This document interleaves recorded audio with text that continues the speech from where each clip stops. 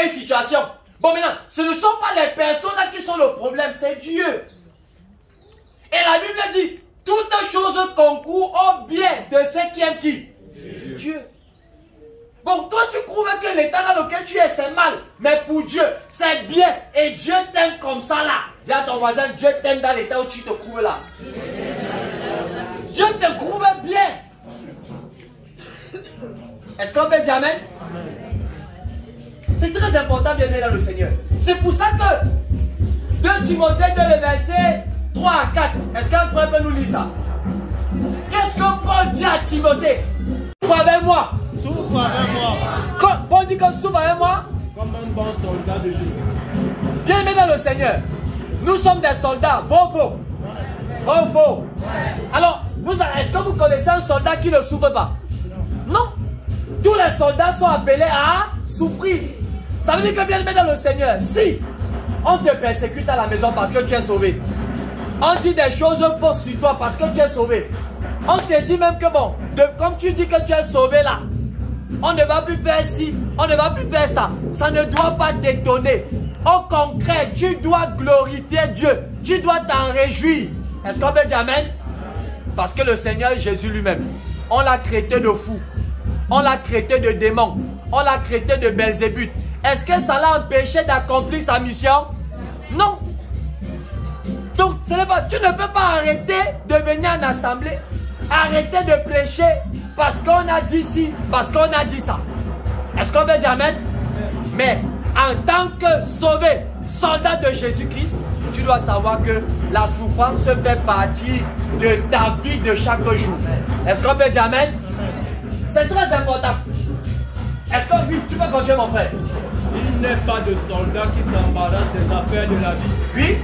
S'il veut plaire à celui qui l'a envoyé. Ça veut donc dire quoi bien dans le Seigneur? Il dit il n'est pas de soldat qui s'embarrasse des affaires de la vie.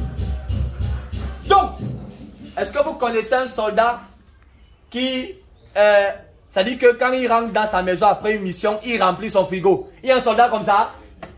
Hein? Non, attends, dites-moi. Est-ce qu'il y a un soldat que quand le gars rentre de la mission, il sait qu'il va bouger dans 3 jours? Est-ce qu'il remplit son frigo? Non. Il remplit sa garde-robe? Non. Il ne peut pas faire ça. Parce que s'il achète même, disons, 100 habits, 1000 habits, qui va rester porter ça à son absence? Personne. C'est pour ça que bien aimé dans le Seigneur, Dieu nous donne ce qu'il sait que ça va nous aider, ça va nous suffire. Est-ce qu'on peut dire amen? Amen. Donc ce ne sont pas tes inquiétudes qui vont amener Dieu à te donner ce que tu veux. La Bible elle-même est claire. Qui de par ses soucis peut ajouter une coudée à sa vie? On te voit là, tu marches à où tu parles seul. Tu parles seul pourquoi? Hein?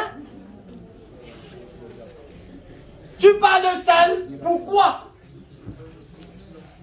Bienvenue dans le Seigneur. Dis à ton voisin, tu as appelé à souffrir. Tu as appelé à souffrir.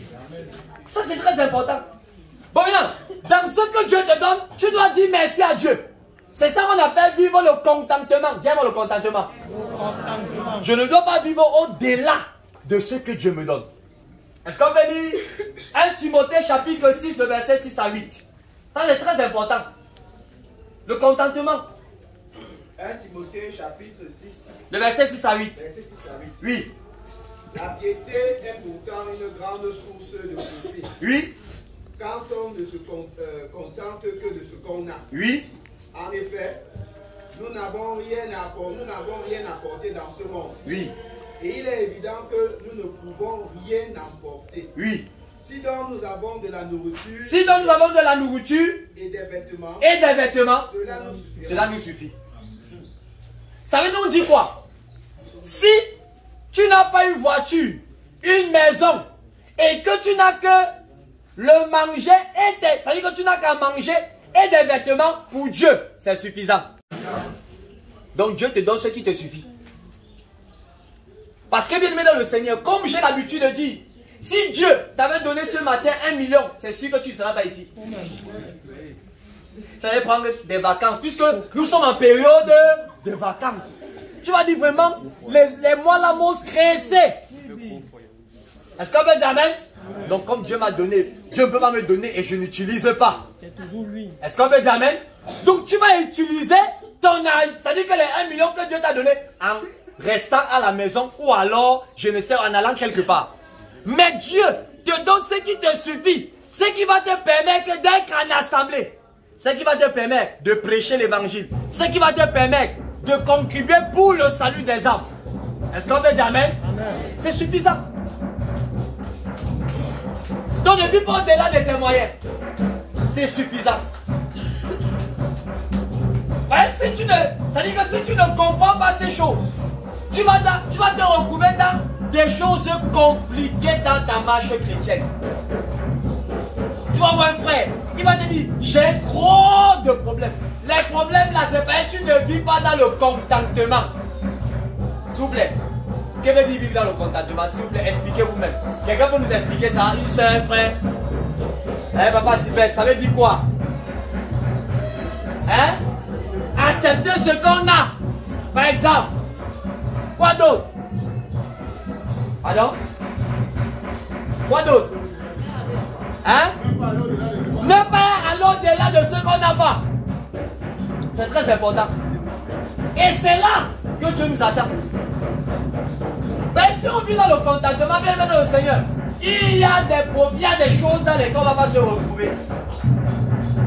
Mais c'est parce que on veut vivre au-delà de ce que Dieu nous a donné.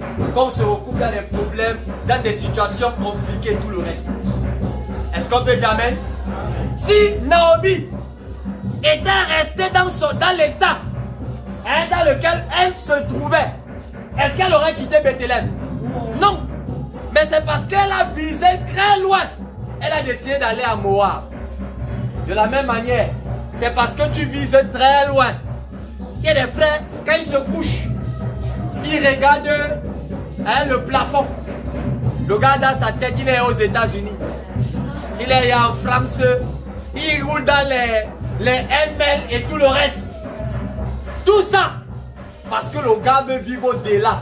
Mais bien dans le Seigneur, si Dieu te met dans un luxe insolent, est-ce que tu es sûr que tu viendras encore en assemblée?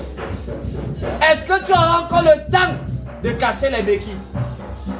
Mais eux disent une chose, comme la semaine prochaine par exemple, il y a la casse de béquilles, n'est-ce pas?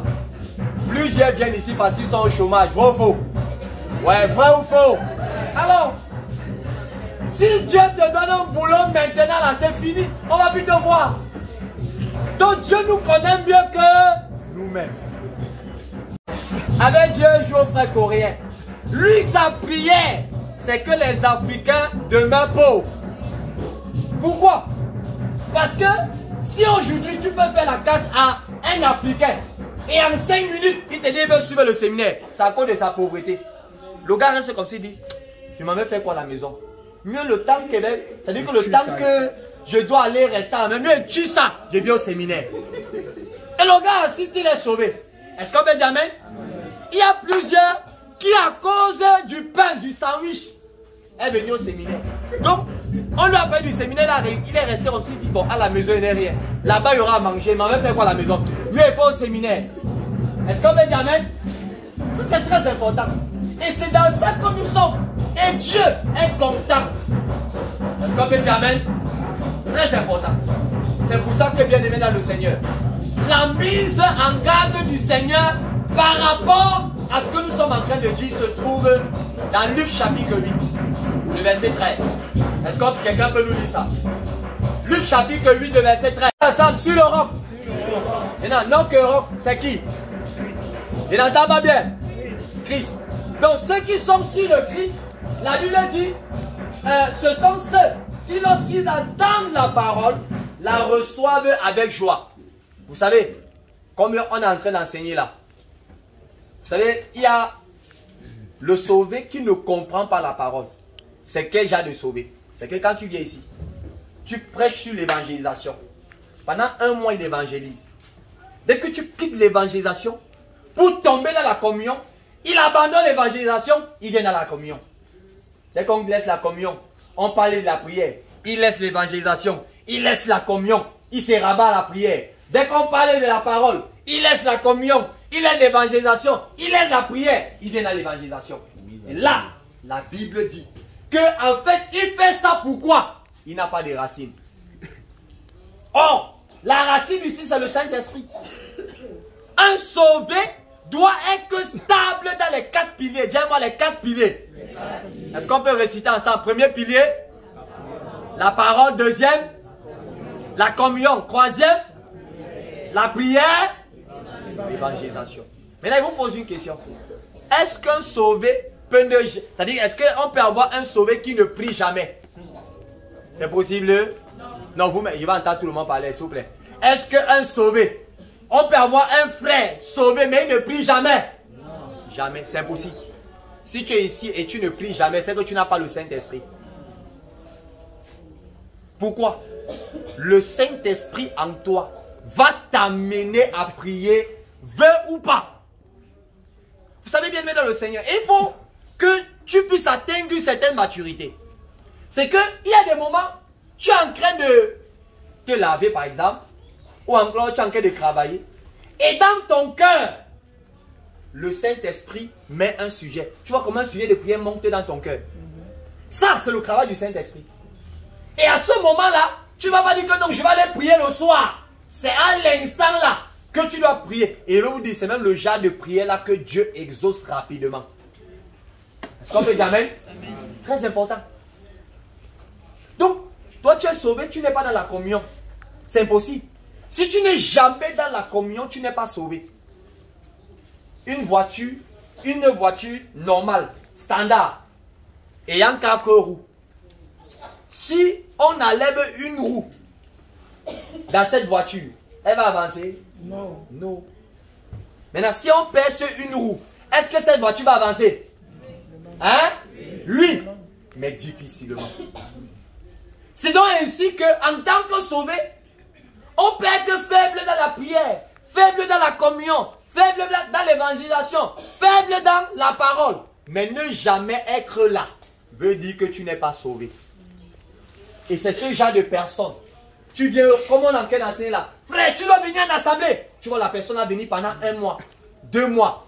Dès qu'on abandonne la partie de l'enseignement, la personne retourne à la maison. Et la Bible dit, tu as reçu la parole avec joie, mais tu n'as pas les racines, le Saint-Esprit.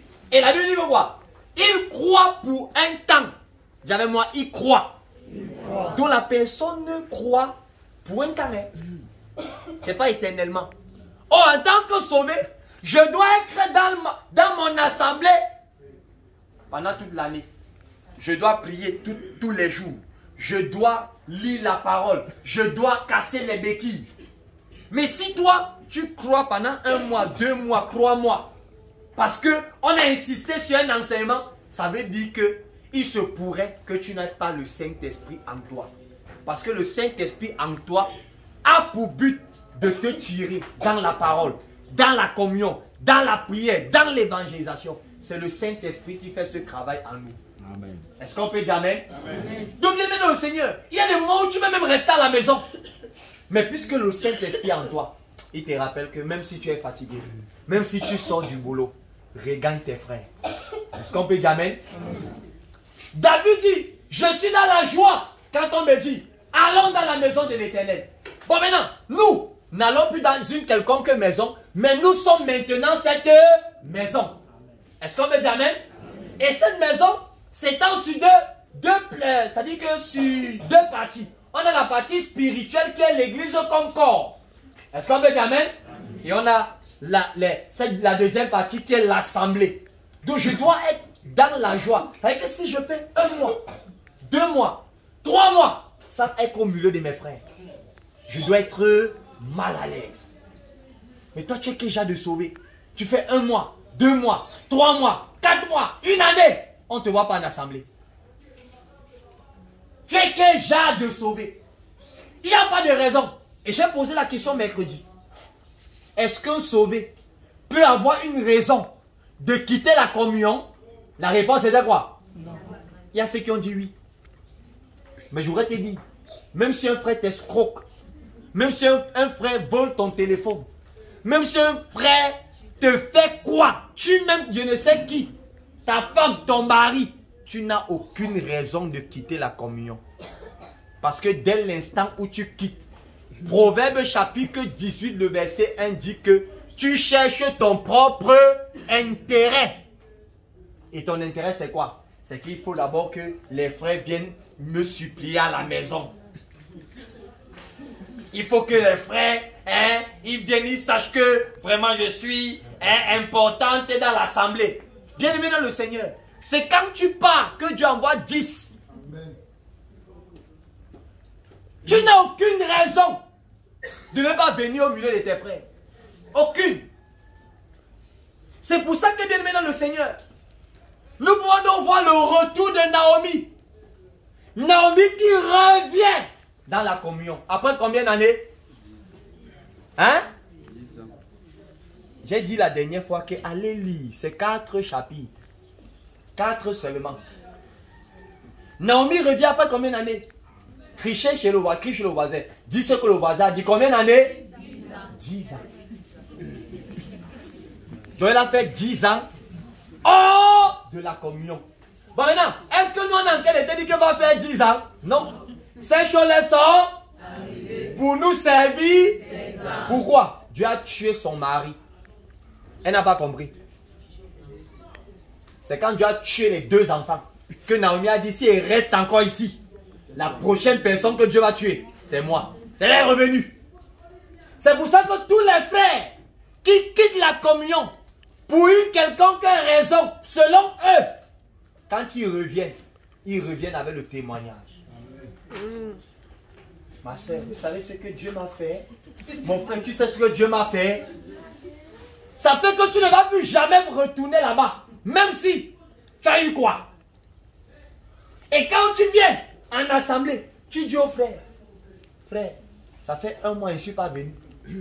Mais ce que Dieu m'a fait, ça fait que le frère qui avait même l'intention de partir, quand il écoute ça, il dit mieux, il reste. Parce que si Dieu ne l'a pas raté, c'est sûr que moi aussi, il ne me ratera pas. Est-ce qu'on peut lire Ruth chapitre 1, le verset 6? Où? Quand certains ont prêché sur la séparation, qu'on doit se séparer, je me sépare de vous, je vais aller où? Eh bien aimé dans le Seigneur. Si elle me sépare de toi qui es sauvé, j'irai où?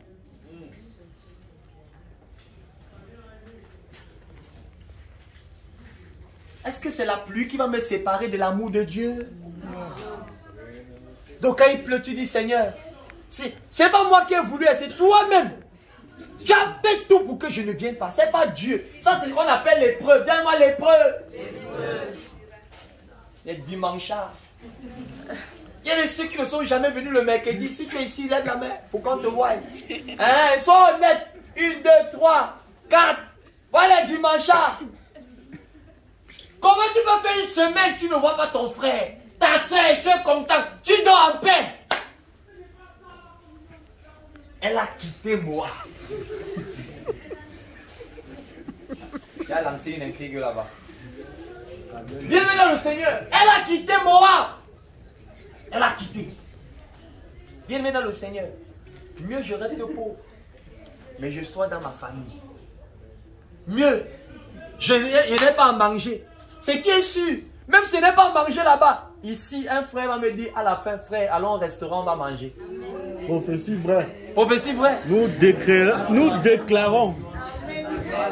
Vous qui ne nous emmenez pas là, je vous vois. Hein? Est-ce qu'on peut dire amen? Amen. Bien-aimé dans le Seigneur, ça fait plaisir. Vous savez, tout à l'heure là, on a family visite. De toute façon, je vais manger. Et je bénis Dieu parce que l'enseignement du pasteur Madocha, ça marche. Aujourd'hui, c'est le gâteau. Dimanche passé, c'était les bananes. Lorsque c'était le sanga. Faites sortir vos bonnes œuvres. Ne gardez pas ça. Les actes de foi. Est-ce qu'on peut jamais? Donc tu regardes ton frère, tu vois qu'il est énervé. Il n'est pas énervé à cause de la pause, c'est qu'il ne regarde pas manger. Tu dis frère, tout à l'heure là on peut au restaurant. Tu as peur de dépenser pour quelqu'un. C'est-à-dire qu'une personne pour qui Jésus est mort. Il y a une soeur qui nous a appelé avec le pasteur Marie-Chaîne, a dit venez manger. Elle nous a supplié. Supplier. Supplié. Ça y est même. Moi, il a fini de manger. Elle a dit pasteur. Je le mets dans une gamelle. Elle dit maman, mets seulement.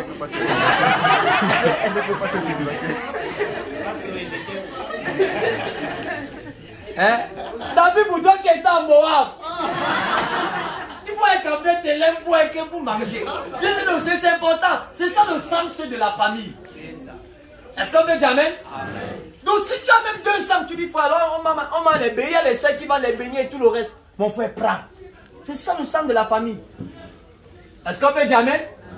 Bon, si on vit comme ça là, ça fait que même les frères, un frère qui n'a pas le transport, il va marcher à pied. Vous voyez, c'est que quand je viens là, je vais écouter la parole, mais il y a un frère sauvé, zélé, vrai. Pas les faux sauvés qu'il y a ici, les vrais sauvés. Qui va m'appeler que mon frère, voici. Bon, il faut aussi être de ceux-là qui attendent de toujours. Toi, tu ne donnes jamais. Il y a plus de bonheur À donner qu'à recevoir. toi qui reçois là et qui ne donne jamais, c'est pas bon. Est-ce qu'on veut dire amen? Amen. Et la Bible dit, afin de quitter le pays de Moab, la Bible dit, car elle a appris au pays de Moab que l'Éternel avait visité son peuple et lui avait donné du pain. J'avais moi, Dieu a donné du pain. Je vais vous dire une chose, frère. La vérité, c'est quoi? C'est que, en fait, je ne suis pas en train de prophétiser un malheur sur vous. Non. En fait, c'est quoi? C'est que la Bible dit, si nous sommes fidèles dans les petites choses, Dieu va nous confier de grands. Bon, maintenant, si tu as 10 000 par jour et tu n'arrives pas à venir à l'assemblée, quand tu auras 100 000, est-ce que tu vas venir? Non. Bon, maintenant, je vais vous dire que Dieu n'a pas peur de nous donner de l'argent.